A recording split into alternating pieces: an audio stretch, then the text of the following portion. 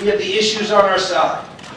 We have the issues on our side, and that Barack Obama's tenure as president has done more to undermine the national security of our country. That's right. To make us weaker and less secure.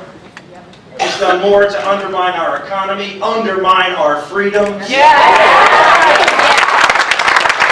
Destroy jobs, raise the price of energy. The price of fuel right now, they're talking maybe by the summer we're looking at $5 a gallon. Why?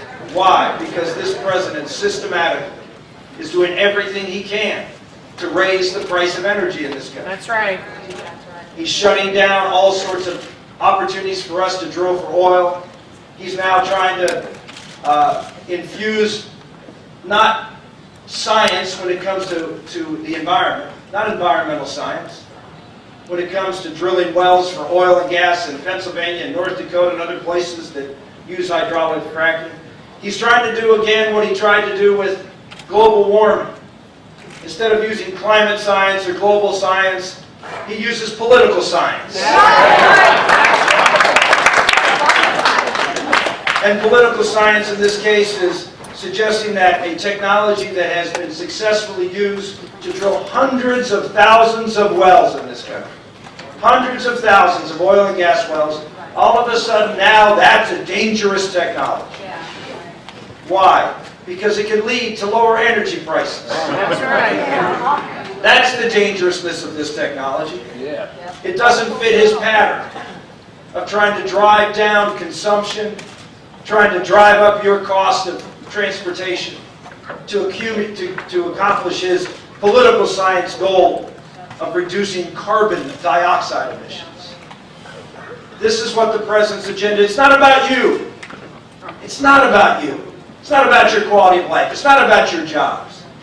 It's about some phony ideal, some phony theology. Oh, not a theology based on the Bible, a different theology.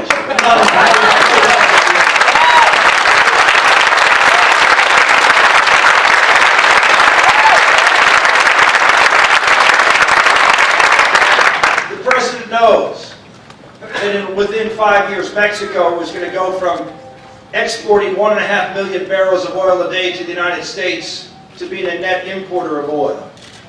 He knows that Venezuela, which now sends 2.5 million barrels of crude a day to the United States, has a refinery being built in Venezuela. A refinery being built by the Chinese, who are going to take that oil and send it to China, not to the United States.